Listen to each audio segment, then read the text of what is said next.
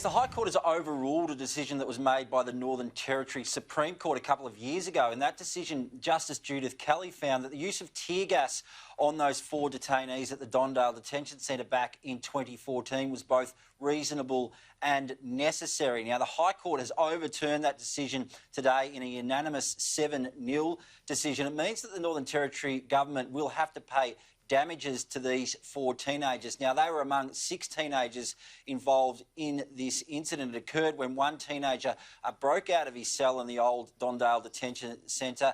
There was then a special prison team, an incident response team that was sent to the Dondale Youth Detention Centre, and they did use that tear gas to bring that situation under control. So the High Court has ruled that it was in fact unlawful for that tear gas to be used in a youth detention centre. It could have been used in an adult prison, but under the Northern Territory's Youth Justice Act, the High Court has found that CS gas could not be used in a youth detention centre. Now, this case applies to 4 of those 6 detainees. There were 2 others, Jake Roper, who was the detainee who broke out of his cell, and the other one, the high-profile former Dondale Detention Centre detainee, Dylan Voller. Jake Roper and Dylan Voller had a separate case, where they also sued the Northern Territory government for damages. That case was settled out of court a couple of years ago. So this will now return to the Northern Territory Supreme Court, which will then be asked to award damages